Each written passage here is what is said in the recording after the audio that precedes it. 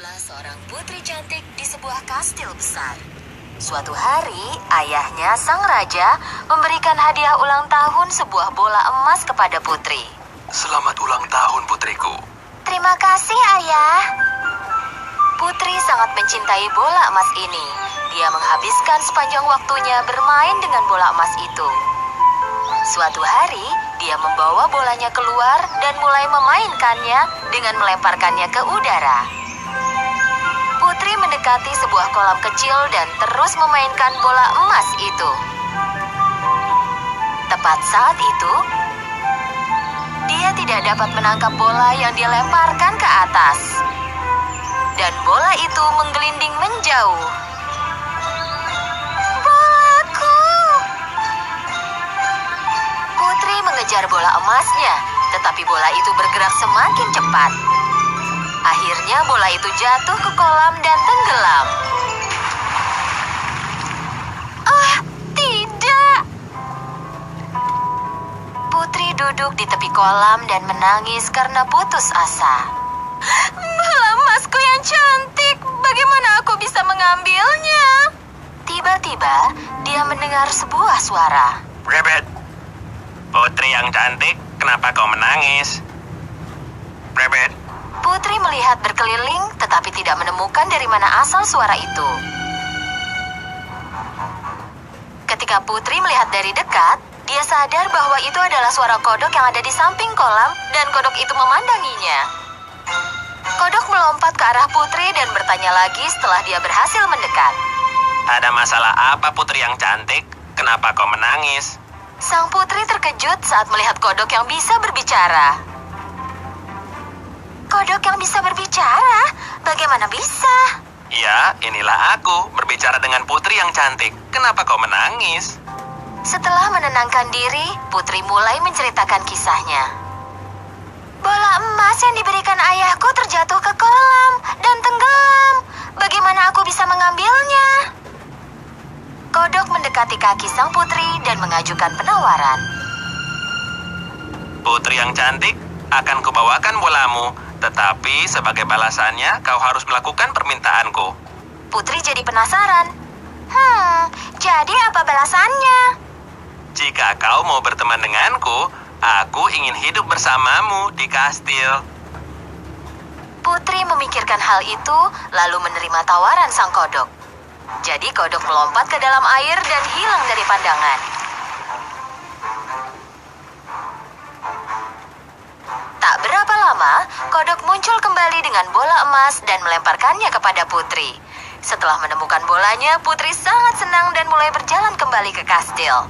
Melihat sang putri pergi meninggalkan kodok, kodok mulai berteriak.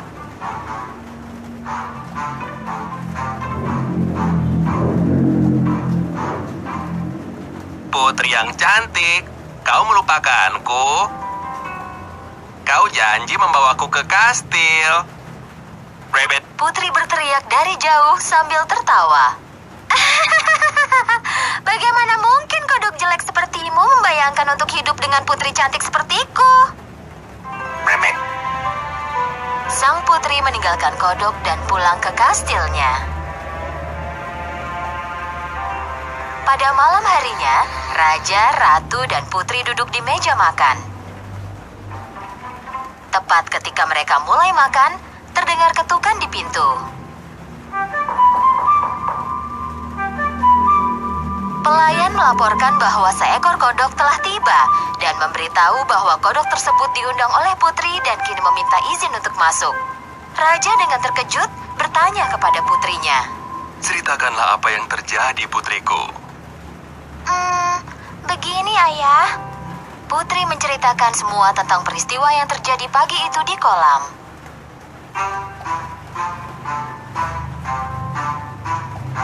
Jika kau berjanji kepada kodok untuk mengembalikan bolamu, maka tepatilah janjimu.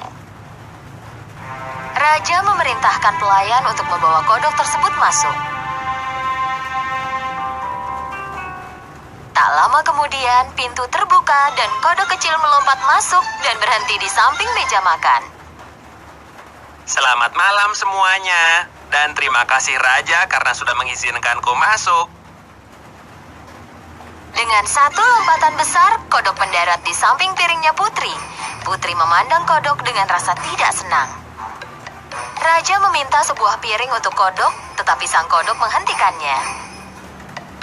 Tidak perlu menyediakan piring, aku bisa makan dari piringnya Putri.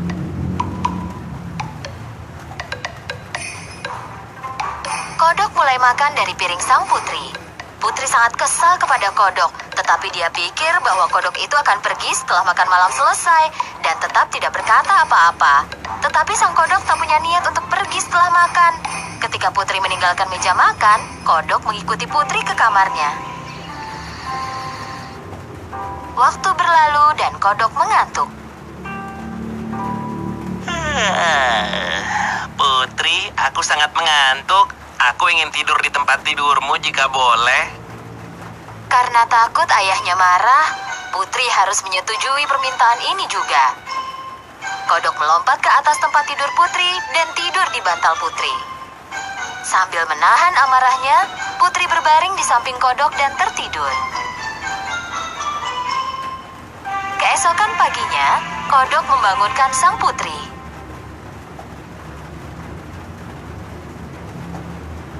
Selamat pagi, Putri yang cantik. Aku punya satu keinginan lagi darimu. Jika kau melakukannya, aku akan segera pergi.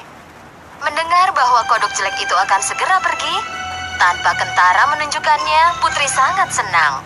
Baiklah, katakan apa yang kau inginkan.